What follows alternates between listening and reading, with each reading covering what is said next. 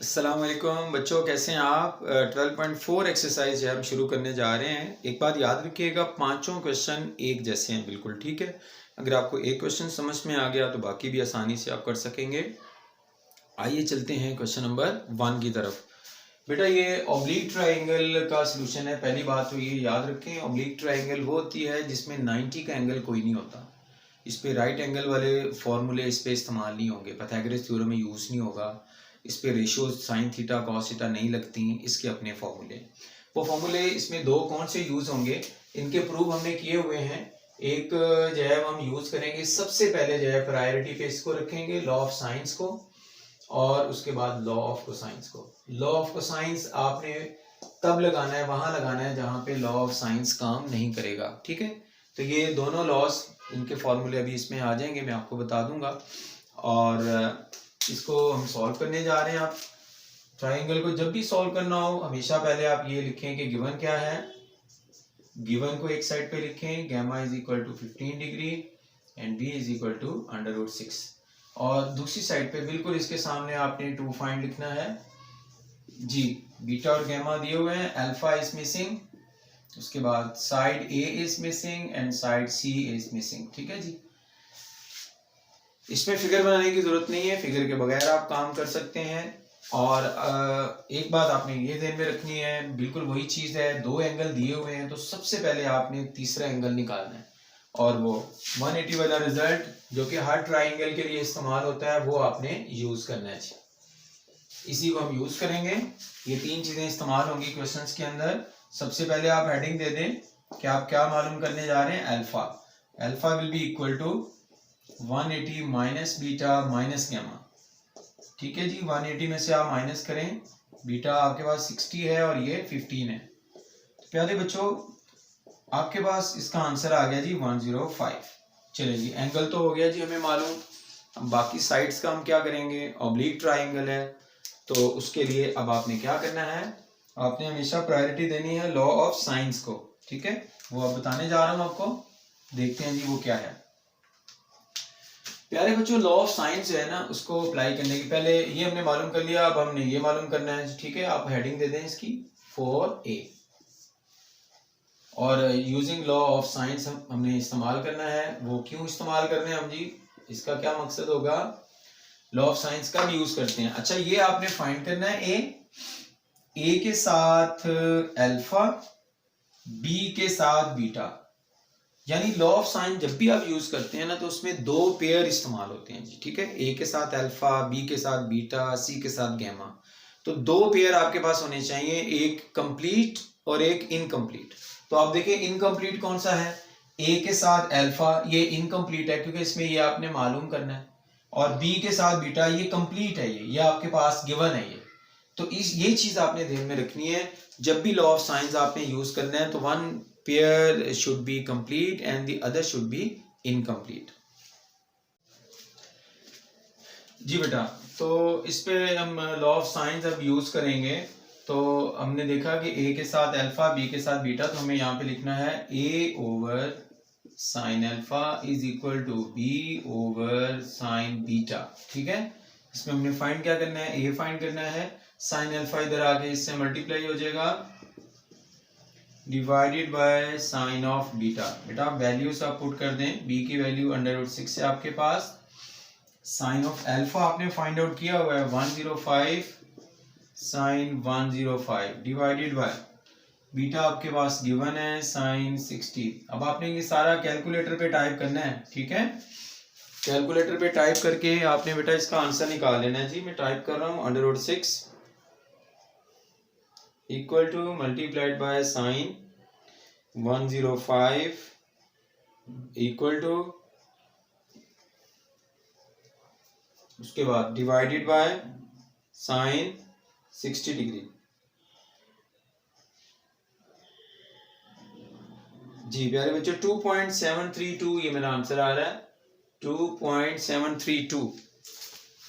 आपने इसको डेसिमल में लिख देना है, नो प्रॉब्लम। ये आपने साइड ए जो है वो फाइंड आउट कर ली है। अब हम जाएंगे सी की तरफ। तो सी के लिए भी आपने इसी तरह ही काम करना है। आप हेडिंग देंगे फॉर सी इसके लिए दोबारा लॉ ऑफ साइन यूज कर लें। अब जरा देखें, सी फाइंड करना है आपने, सी के साथ गैमा इनकम्प्लीट पेयर हो गया, वो आपने फाइंड करना है, और बी के साथ बीटा। तो आप ये दो पेयर इस्तेमाल कर लें। यहाँ पे मैं लिख रहा हूँ B over sine beta equal to C over sine gamma. तो सी किसके इक्वल आ जाएगा, इसको इधर लाके बी से मल्टीप्लाई करवा दें, sine of gamma divided by sine of beta. तो प्यारे बच्चों √6 गैमा की वैल्यू हमारे पास 15 डिग्री है, डिवाइडेड बाय बीटा फिर उसी तरह 60 डिग्री आ गया जी। C will be equal to, यहाँ पे आपने लिख लेना है यूजिंग लॉ ऑफ साइंस, ठीक है। कैलकुलेट कर रहा हूं मैं, calculate √6 equal to multiplied by sign 15 divided by sine 60, बेटा 0.732 आंसर आ गया जी, 0.732 ये हमारा आंसर आ गया। इस तरह ही हमारी ट्रायंगल मुकम्मल हो गई। मुझे उम्मीद है कि आपको क्वेश्चन नंबर 1 कम्प्लीटली क्लियर हो गया होगा। याद रखिएगा इसके पांचों के पांचों क्वेश्चन लॉ ऑफ साइंस से इजीली हो सकते हैं, इसमें लॉ ऑफ कोसाइंस लगाने की ज़रूरत नहीं है। अब मज़ीद जो है वो मैं इंशाल्लाह 2 क्वेश्चन और करूँगा। जी बच्चों कैसे हैं आप। क्वेश्चन नंबर 2 जो है 12.4 एक्सरसाइज का हम करने जा रहे हैं, वो देखिएगा। इसमें ये डाटा गिवन है आपको और बाकी फाइंड आउट करना है। टू फाइंड, जी प्यारे बच्चों क्या क्या मालूम करना है। 2 एंगल्स गिवन है, अल्फा फाइंड करना है आपने, उसके बाद साइड बी फाइंड करनी है और सी फाइंड आपने करनी है, ठीक है जी। मैंने आपको कहा हुआ है कि जब भी 2 एंगल्स गिवन हो सबसे पहले आपने थर्ड एंगल जो है वो मालूम करना है। So for alpha will be equal to 180 minus, इन दोनों को डायरेक्ट माइनस करवा दें आप। Alpha will be equal to 180 minus 52 minus 89 degree 35 minutes. प्यारे बच्चों कैलकुलेटर यूज कर रहा हूं, देखिएगा जी इसको। जी 180 में से पहले 52 माइनस, सिंपल माइनस में यहाँ पे हूँ, 89 को टाइप कर रहा हूँ पहले, फिर डिग्री वाला डीएमएस वाला बटन दबाना है आपने, फिर 35 को टाइप करें और फिर डीएमएस वाला बटन दबा दें, इक्वल टू, ये मेरे पास डेसिमल आंसर आया है। अब मैं दोबारा डीएमएस वाला बटन दबाऊंगा तो डायरेक्ट डीएमएस की वैल्यू आ गई मेरे पास 38.25 मिनट्स। ये लें जी, अल्फा एंगल आ चुका है हमारे पास। अब हम आगे बढ़ते हैं जी, बी फाइंड करना है जी बेटा हमने। यहाँ पे आप हेडिंग देंगे for be using law of science, क्योंकि मैंने आपको बताया है कि 12.4 के सारे क्वेश्चन जो है लॉ ऑफ साइंस से किए जा सकते हैं, ठीक है। लॉ ऑफ कोसाइंस की जरूरत तब पेश आनी चाहिए जब आपके पास लॉ ऑफ साइंस एप्लीकेबल ना हो। लो बेटा बी मालूम करना है, बी के साथ बीटा और ए के साथ अल्फा। ये देखें जी, बी के साथ बीटा इनकम्प्लीट पेयर और ए के साथ अल्फा कंप्लीट पेयर। तो ये हम यूज करेंगे जी A over sine alpha, B over sine beta. B will be equal to A multiplied by sine beta. लो मेरे प्यारे बच्चों ए की वैल्यू क्या है हमारे पास गिवन है 89.35 multiplied by beta angle 52 degree. Sine of alpha हमने फाइंड आउट किया हुआ है 38.25।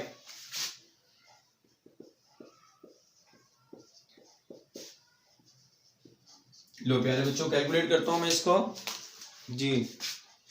कैलकुलेट कर रहा हूं 89.35 multiplied by sine of sine 52 equal का बटन दबा दिया, divided by now sine 38 type करूंगा पहले, डीएमएस का बटन, उसके बाद 25 टाइप करूंगा, फिर डीएमएस का button, equal to. Decimal answer आया आपके पास, डेसिमल ही रखना है, ये एंगल नहीं है ये लेंथ है। हर एक को डीएमएस में ना लिख देना आप। लेंथ आई मेरे पास 113.31 11.3.31 ये लेंथ आ गई मेरे पास। अब मेरे पास कौन सी रहेगी जी, ये मैंने फाइंड करना है जी सी वाला, ठीक है। इसके लिए दोबारा मैं लॉ ऑफ साइंस ही यूज कर रहा हूं। आपने हेडिंग देनी है for C using law of sines. प्यारे बच्चों, सी मालूम करना है, सी से गैमा और फिर ए से अल्फा यूज कर लें वही वाला, या फिर बी से बीटा भी यूज कर सकते हैं आप, ठीक है जी, आपकी मर्जी है जी। तो इसके लिए मैं A over sine alpha, it's my choice, C over sine gamma, C will be equal to A multiplied by divided by sine of alpha. प्यारे बच्चों, वैल्यूज पुट करने जा रहा हूं।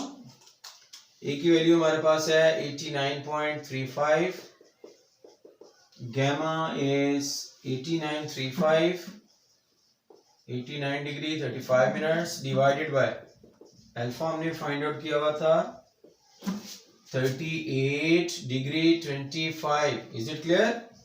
लो प्यारे बच्चों, कैलकुलेटर से कैलकुलेशन और आंसर, बहुत ही आसान सवाल है जी, यहाँ से लॉन्ग क्वेश्चन आता है, याद रखिएगा।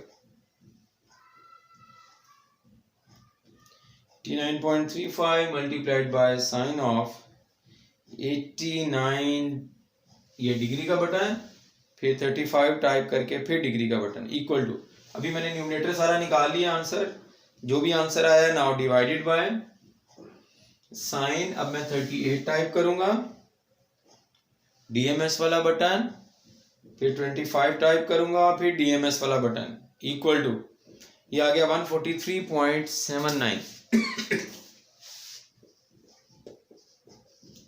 प्यारे बच्चों, ये हमारे पास लेंथ सी आ गई।